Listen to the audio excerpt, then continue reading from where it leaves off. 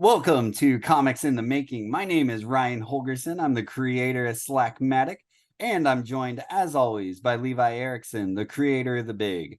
Levi, how's it going? It's going well, man. I don't look as good as you. I know, man, I got this side light. I thought we'd go for a real Sin City look. It's I working. don't have the cool ring lights like you have. I'll get them. I'll get them eventually. Yeah, yeah. I'm surrounded by LED and fluorescent, Yeah, yeah, and this one above me goes on and off. It's on its right. last. It's the last fluorescent, so it's like I'm letting it die all the way. Yeah. I've got a window and then a bunch of lamps. Do That's you love lamp? that's all I got. Do you love lamp? I love lamp. Well, I'm cold lamping. So Levi, hmm what are we talking about this episode? Constructing a page. Constructing a page. So we've done two episodes on our process going through them. From layouts and all the way up to coloring a page and doing stuff on in the computer and on paper.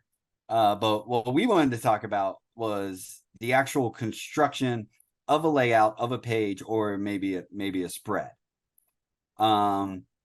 So starting off, I wanted to tell a quick story. So when I was, I think, 14 years old, uh, my art teacher took me and I think it was four other guys. So I mean, yeah, it took five teenagers from the mountains of Virginia all the way down to Savannah College of Art and Design. This would have been in the early mid 90s, Be and they were doing a sequential art weekend. I think they still kind of do something like that every year. Yeah, Um, my daughter did it's called summer seminar. yeah. Well, maybe not what you were doing, but Well, no, because this was during the school year. okay. Yeah, we sent her down for a week during this last summer. Yeah, no, it She took wasn't. two classes, Yeah, stayed in the so, residence hall, all that fun stuff. yeah. So this was just a weekend, and so she drove it. I mean, from there that was like a 12-hour drive. Um, Are you sure that and teacher didn't have some kind of like illicit delivery to make in Savannah, no, I don't or know. some kind of pickup? It's a port city, bring Maybe. back to Virginia. Yeah. What's funny was she was I didn't realize Mountains. I was pretty naive, but she was a smoker, and but she never smoked in front of us. But I realized she did wander off a few times. I was like, huh, I wonder where she's going. And it took me a while to realize that, she was sneaking off to smoke cigarettes and stuff like that. Um, so wow, I mean, I couldn't Is even she hot? imagine. No. No. Oh my god, no. We're gonna get canceled now. Oh my god. No, absolutely not. Anyway, but she was awesome. Sitting So in the Frank Miller like Sin City, I'm imagining some knockout like teacher, loading up the van with all these dudes to go yeah, to pick up like 30 kilos of cocaine while yeah, you guys are like sitting in some kind of class at SCAD to bring yeah, back to Virginia. Yeah, right. that's what I'm picturing in my mind. It might have happened. I don't know. So anyway, so she got, we all had rooms and stuff. My buddy Nathan was my roommate. He watches the show. We went down, and so the whole thing of this weekend was, they had Dave Sim was there, Mark Hempel was there, and this was Mark Hempel had just gotten the job to draw the last arc, or one of the death of Sandman, Yeah. in the Sandman comics. He had just gotten that. And there were a few other people there. And so before you got there, you got to sign up for a class, and all of these cartoonists, they were teaching a specific class. So there was, I think there was like inking, there was publishing, all sorts of stuff. Well, this was, like I said, this is just past the early 90s. We wanted the penciling class because that we all wanted to be pencilers. So we all of us chose the same class. We You're were like, all in there together. I'm gonna take this class and I'm gonna come out of this and I'll know how to draw this. Yep. It's not, Yep. That's exactly. We just wanted to go in there. We wanted to draw. We just wanted to draw. Um, so our class was taught by Ty Templeton.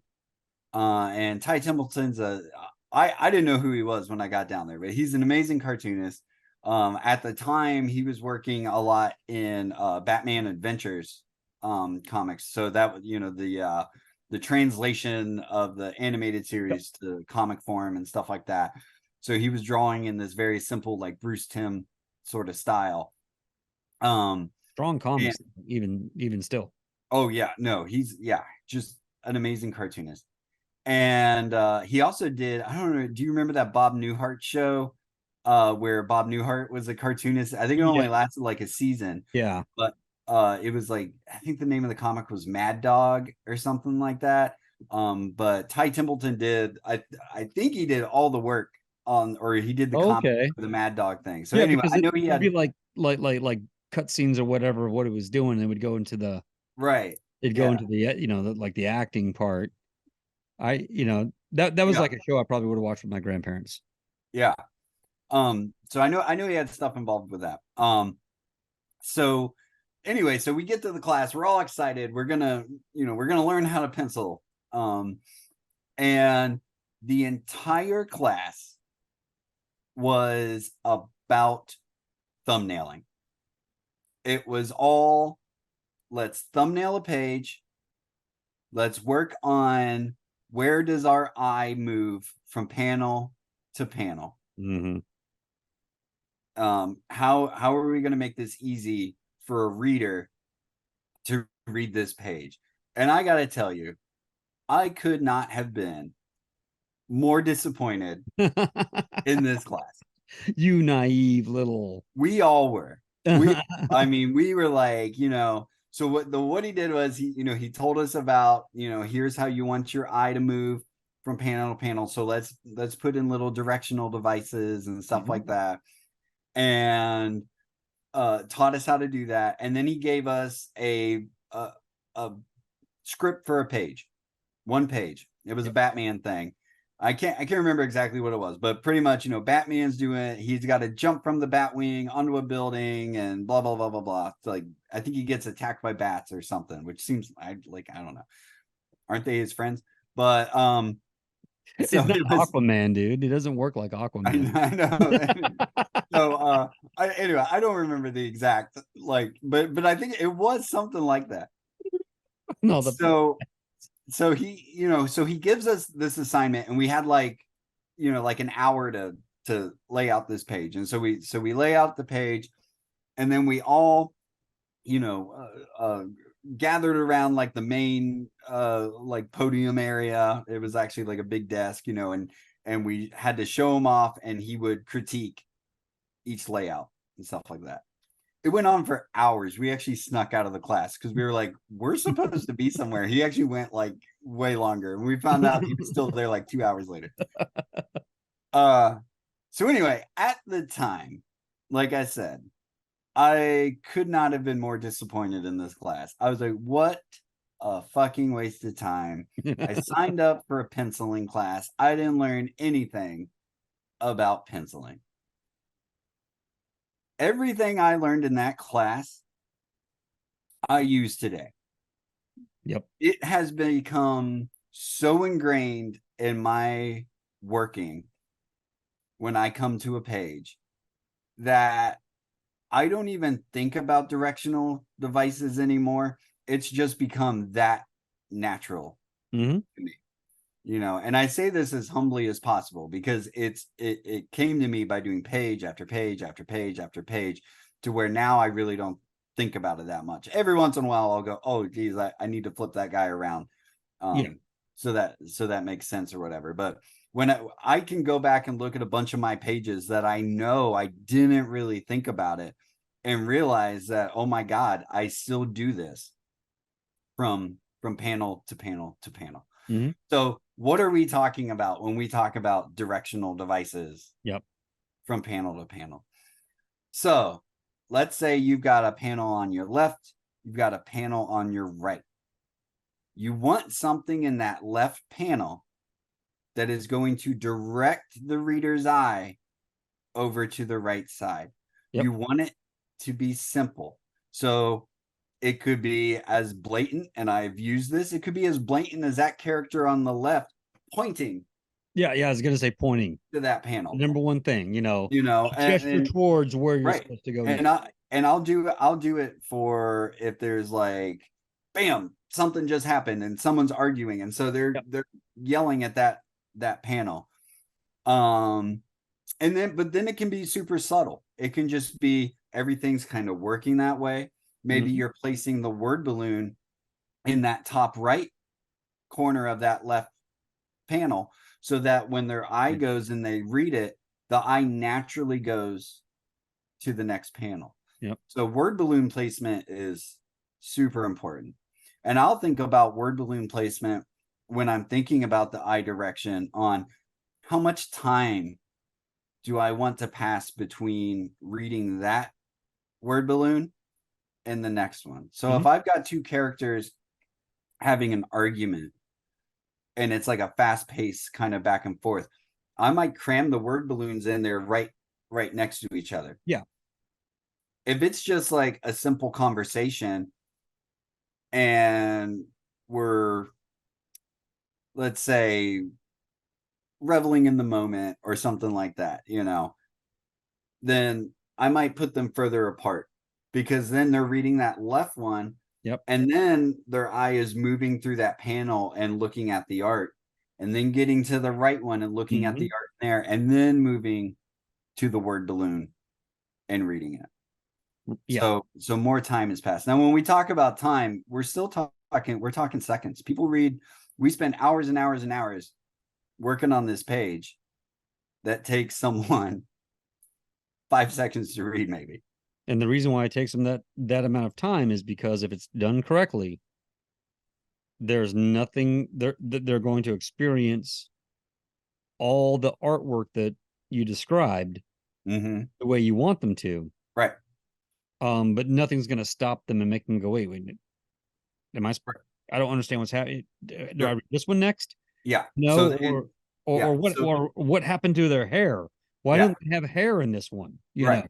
So that's the big part of making successful layouts. We talked in my process video a lot about lettering. And if Yep. someone can't read your comic, they're not going to read your comic. The layout is another layer within that. If someone can't read your comic, they're not going to read your comic. So sometimes you'll see layouts where people will put the like a long vertical panel Mm-hmm. and they might put it on the right side of a page and then they've got a bunch of panels going down.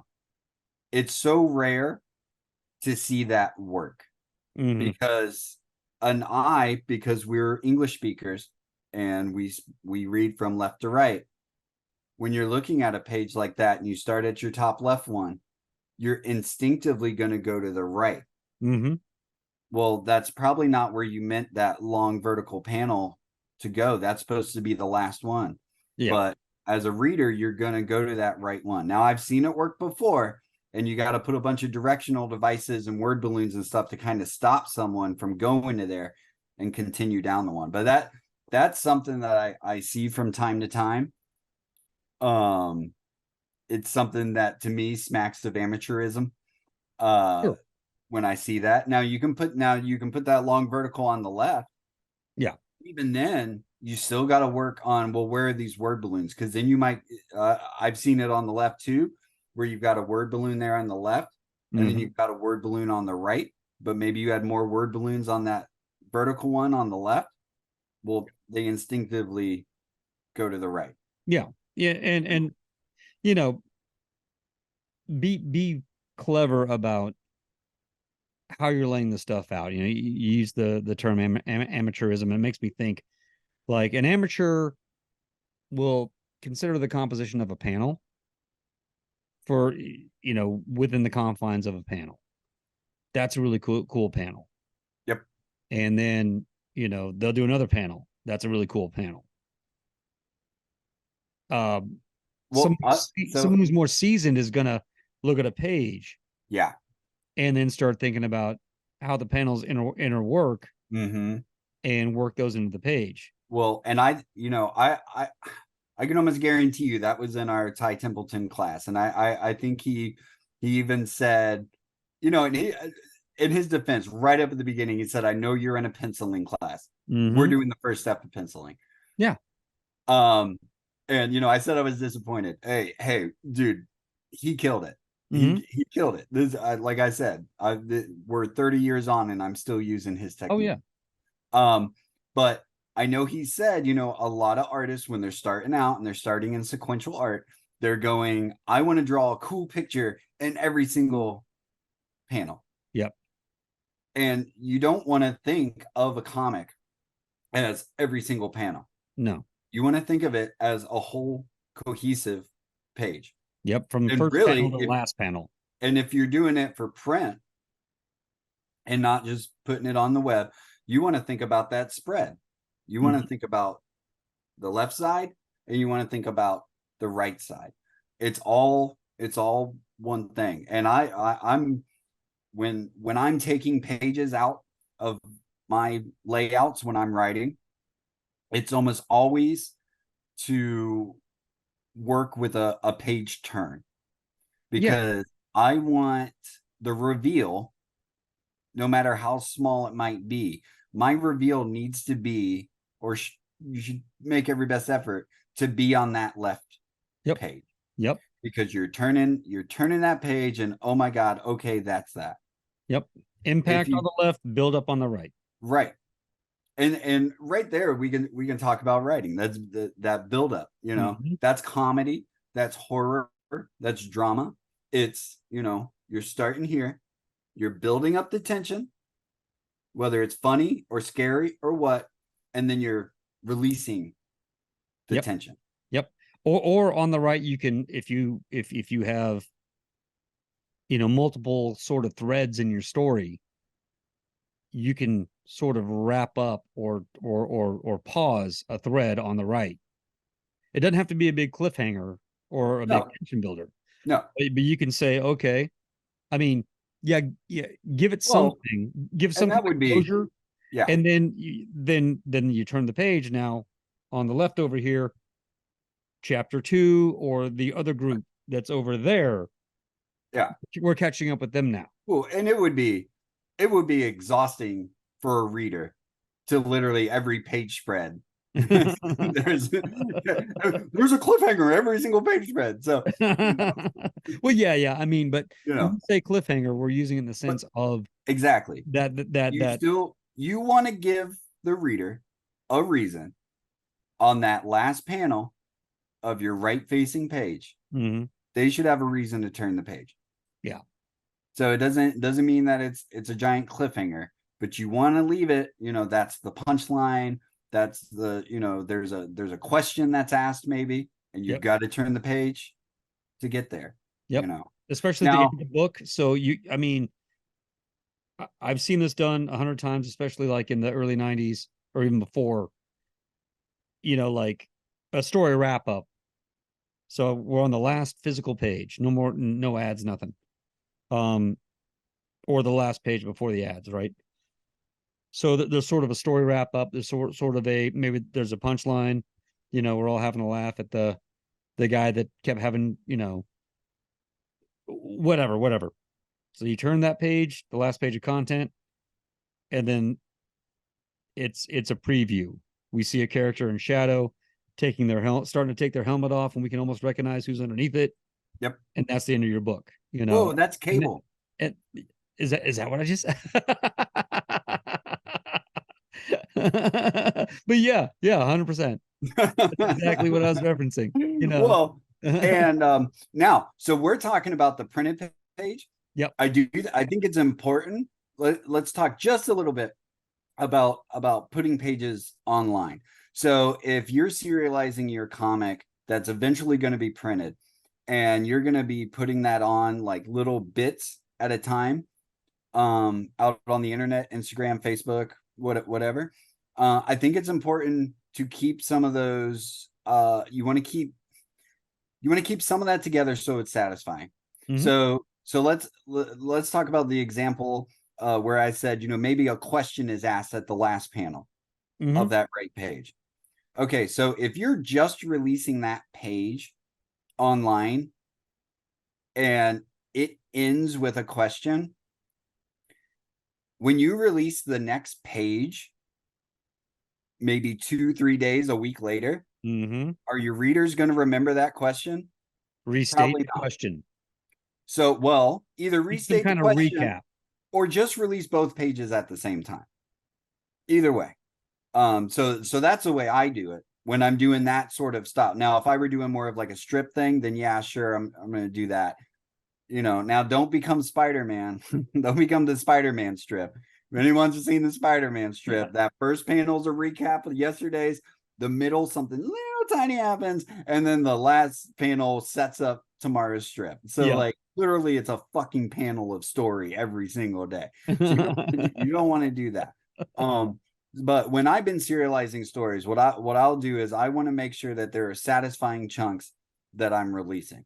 So I know that if I'm releasing one page, then there better be at least something. Either it's a joke at the end, um, or a nice conclusion at the end, so that someone else, when they see the next page, they can pick back up. Now, if Mm-hmm. I can't do that because essentially I am working for a printed book eventually, then I just release 2 or 3 pages. And Right. sometimes, sometimes that just means it'll be a little longer in between update schedules. But I feel that's going to give you a more satisfying read as an audience member Right. than what the hell just happened, Mm-hmm. And that's the other thing for the printed book, you know, if you're reading a book and every single page they're recapping what happened the page before, that's gonna fuck up your reading experience. No, no, yeah. Awesome, you know. So you just, but there's really delicate. There's Milk Caniff's strip. Uh, geez, Terry and the Pirates. Yeah. I've been going through reading that. This was a story adventure strip. Day to day to day. That guy's a master at, I mean, you can read those now and it's like reading a comic. It's not like reading a strip. He Yeah. had it where he might recap, but it's so slight that it doesn't interrupt your reading experience. Right. Right. Not, we've seen, I think some of the John Byrne Claremont X-Men run, with some of those storylines that where you might have your last page, several panels of conversation, action, whatever, cliffhanger, next issue, you get a splash page and the recap is contained in that splash page. Your Yep. little dialogue balloon to set the stage real quick, and then Yep. maybe a callback dialogue, from one of the people involved, and then you're back in the story. Yeah. And if you're a brand new reader, um, you have all you need to keep on going. Right. Um, so when we're talking about layouts, I what I would encourage people to do is look how other artists that you like are preparing their layouts. Mm-hmm. I'd be willing to go out on a limb and say 9 times out of 10, when you look at real successful storytellers and comics, they're actually staying to a pretty simple layout. Yep. I mean, let's look at Jack Kirby. Jack Kirby, you got three pages from Jack Kirby. You either got a 6-panel grid, you got Mm-hmm. a 4-panel grid, or you got a splash page. And every Jack Kirby comic starts with a splash page, Yep. double spread, and then after that, you're getting 6-panel grid or you're getting 4-panel grid. Yep. Maybe some little variations in there. There's a reason he did that. It's because it works. Yeah. It's very simple. You get the reader into almost to where they're reading it without even realizing it. It's Yeah. very natural. Now, when I first started drawing comics, and and I still do this some experiment, Hmm. but I would go, I would go nuts with drawing it. But I'd also find that after I went nuts, like on a new series where I might be doing like open panels and all sorts of crazy stuff, eventually, once I really got into the meat and potatoes of telling a story, man, I was to that six Yep. panel grid, Back to the basics. And you that's know. that's where it comes together, because if you do some crazy stuff, and especially if it's not visually driven, if that part of the story is going to be more, expository, or you need to ground the readers. Yeah. If it's like a sci-fi book, of course you want all your sci-fi elements to be, bombastic and crazy and just freaking people out. But if all of a sudden you're going back to the man on the street perspective, make that normal, make that basic, So because to draw the contrast between the little humans and all these crazy cosmic things happening around them. yeah. So and this just occurred to me, guys. I'm gonna show off a little bit of one of my books, the Haunted Doll. Um, and so for the most part, and you can even see some of that almost six Yep. panel grid there. That's where this story lies. I work a lot in 3D tiers. Mm-hmm. It's very straight ahead. There's not a whole lot of confusion on where does this go. I'm telling a story. Let's get from point A to point B. But I have a part in this story. Spoilers. If you wanna you wanna pick this comic up, please do. Um, where Audrey, one of the main characters, is touched by a ghost. And when she's touched by a ghost, she gets a flood of images. Now, when I originally wrote this story years and years ago, I actually had a whole sequence. I mean, it was like 3 to 4 pages of essentially exposition, just storytelling. Here's the backstory of why this ghost is a ghost, and here's what happened to her, and here's why we're in this story. Now, when I went back and I rewrote this, I decided, boy, one, I just did not want to fucking draw that. I thought it was if it was boring for me, it was going to be boring for you to read. Right. And so what I wanted to do, I was like, how am I going to do a a flood of images that gives Audrey the full story and gives the reader the story, or enough to where they can extrapolate enough of that story. Yeah. And so what I ended up doing was I ended up doing a spread. Mm-hmm. And so I put Audrey here in the middle, and then all around her here is just a series of images. And by looking at these images and what I liked about it is you don't actually have to follow it in order. It's Right. intentionally all over the place. And this is where you can break the rules, of the panel directional system. Yep. But I wanted to have it where it was all over the place, but in the end, it shows where that doll comes from. The book is called The Haunted Doll, and it's a throwback. Okay, so all of this is how we got to here, and this is where you're going to end up on the page turn. Yep. Now, I couldn't do this every single page. It would be confusing. Yeah. And you'd be And like, it would what lose its the impact. hell? Yeah, what the hell is going on here? Yep. But by using it, and to my recollection, this is the only time I've done something like this. But by using that, hopefully it creates an impact for the reader to where they're like, oh my, okay, this is what's happening Well, here. yeah, because it breaks the pattern of those grids that Exactly. you were using, because Yeah. now we're having some kind of supernatural, And super that's, yeah. super whatever moment. Yeah. Everything's just wow. and And then that's and then back to right. reality, so to Yeah. speak. And as soon as and here's the next page, and I go back to that 3 tier where I got a 4 tier here, Yep. or I mean a 2 tier, four Yep. panel or 3 panel. But you know, it's immediately after that it goes back to the normal. And that And kind of, that was my hope, was like you went from here, it's normal, this is how it's always been. I turned the page, everything, something's happening. yeah.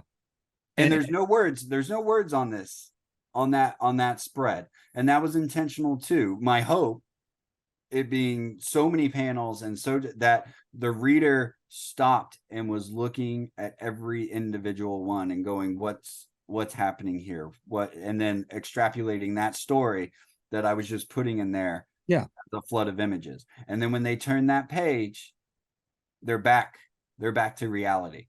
yep, So you know, my hope was, you're going along with Audrey, you just got touched by the ghost, also you're also getting this flood of images. yep.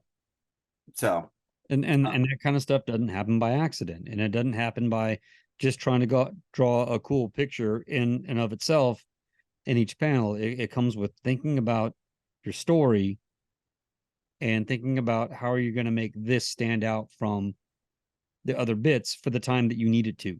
yeah. And it goes into stuff like closure and pacing and and Mm-hmm. and you know showing not telling, and Yeah. it's just all those things that we hear about people say when considering your composition for comics, because it really, it's nothing you can do overnight if you just decide you're going to Nope. start doing comics. For one, you have to observe what you want to do, but then you also have to just start, do the damn thing, Yeah. and start to get that experimentation. It's like cooking. I mean, I like a little bit of garlic flavor in many dishes, but I don't just want to eat a garlic bowl. Yeah. So, Right. So look at people that you admire. There's probably a reason you admire them. You mhm. know, look at their layouts. You know, I mentioned Jack Kirby, Jeff Smith. I know we mentioned him a lot in the last few episodes. Yep. Great, but he's a 6 panel grid guy. He's a 3 tiers guy. Yep. Stray Bullets. Yeah. Stray Bullets by David Lapham. You know, that's, he's an 8 panel a page guy. He's got these 4 tiers, 2 panels on every tier, and it's almost like storyboards. And Right. you get into that zone of just reading it. You know, there's a reason that these layouts work. But Yep. like Levi said, you're not going to get there overnight. You just gotta keep doing it, keep working on that pacing. Pacing, I don't want to say you can't teach pacing, but something like uh comedic timing and horror timing and stuff like Hmm. that. Action. Yeah, that's hard to teach. It's like what It's you hard to said. teach. If you want people to pay more attention to the artwork, you spread those dialogue balloons out. And I was always not great about. I would lay out a page, and with respect to the artwork, or to the images, the layout's great, and then I go, I don't have any room for any dialogue because I've used all the space for the images. Right. It took me a good long while, and then now part of my process, I'll do my thumbnails, Yeah. but when I start roughing, I'm putting balloons, you Yeah. know, and I'm Oh, that working the thumbnail, around always. that, because So that's when part you're of it too. when yeah, when you're starting that page, you're always that dialogue, you got your panels, and then you're putting your dialogue in. You're Yeah, putting your balloons in. there's no better directional device than a And balloon, right. because Yeah. the people have to look at that. Yeah. They're not going to look at every tree you put in a panel. No. And you may really like that tree over there. You That's the really best got to get tree over you've ever drawn, but they're not going to see it. yeah. And if you have a poorly placed dialogue balloon, even though you've got that character punching to the next panel, if the dialogue is under his armpit over here, it's going to throw off the flow of the page. I think the fact that most readers are not going to look at all the crap that you put in the background and stuff like that, that should be a good that should be good momentum for you Mm-hmm. to just do the damn thing and just put the damn thing out. Because Yep. I think a lot of people, they have that almost stage fright of, I don't want to put this out because it's not perfect. Oh, I Yeah. still got to work on this. Well, I mean, I hate to tell you, even the greatest artists in the world never thought what they put out was perfect, but they put it out. Um, And that's so the difference. right. And so I think when you're looking at that layout and you're looking at those, really, I don't know, dynamic panels, maybe, for that, look at manga. Look, Mhm. we had a long manga episode, but manga, most pages, it's almost like a 90s page where they've got an anchor and stuff like that. Only it's done well. And so they'll have a lot of establishing shots of, here is the city we're in, or here's the character that we're talking to, and it's this highly rendered panel, and it's super detailed. Yep. And then you go to the next panel and there's no backgrounds, zero Yeah. backgrounds. There might not be any backgrounds for the whole rest of that almost chapter. Sometimes they'll set that setting and that's it. You got the setting, you know where it's at, Yep. you saw it. You don't need to be constantly reminded. And And I guarantee you, if you go back and you look at a lot of manga and stuff like that, you've probably read a bunch that you never even realized that was the case. You never even noticed it. You never oh yeah, noticed that there was no background. I feel like a lot of the Um, early 90s stuff that we were given like took only part of what manga had to teach. yeah, And it just kind of okay, speed lines and action, main, main no, main character and speed lines, and they forgot about the highly rendered stuff no, no. that would Yeah. sandwich that, Well, and that's a thing. I mean, not all of them, but some for sure. this would start a whole nother manga episode, but I mean, I don't know if I mentioned it enough, but if you look at a lot of early manga influenced artists, we call it manga, um, they were literally taking just the visual aspects of that art form and trying to make it into manga, and that's not manga. It's not. Yeah. I mean, I showed off a whole episode of manga that doesn't look like what you think of as manga. Right. So, but for sure, look at it for the storytelling. Yeah. And One cool thing you can do if you're having a hard time like seeing the directional devices is when you find a page that you want to check out, you go, okay, I know this artist is really good. Um, I want to figure out how they're doing it, but I'm not quite seeing it. Lay it out, take a step back, and kind of squint your eyes and look at where the shapes are taking you. yep, And also, you can get a piece of tracing paper, and you might ruin your comic. So I'm just going to warn you right now. But take like a marker, a ballpoint pen or a pencil is probably less. You're going to dig in and you're going to leave impressions. But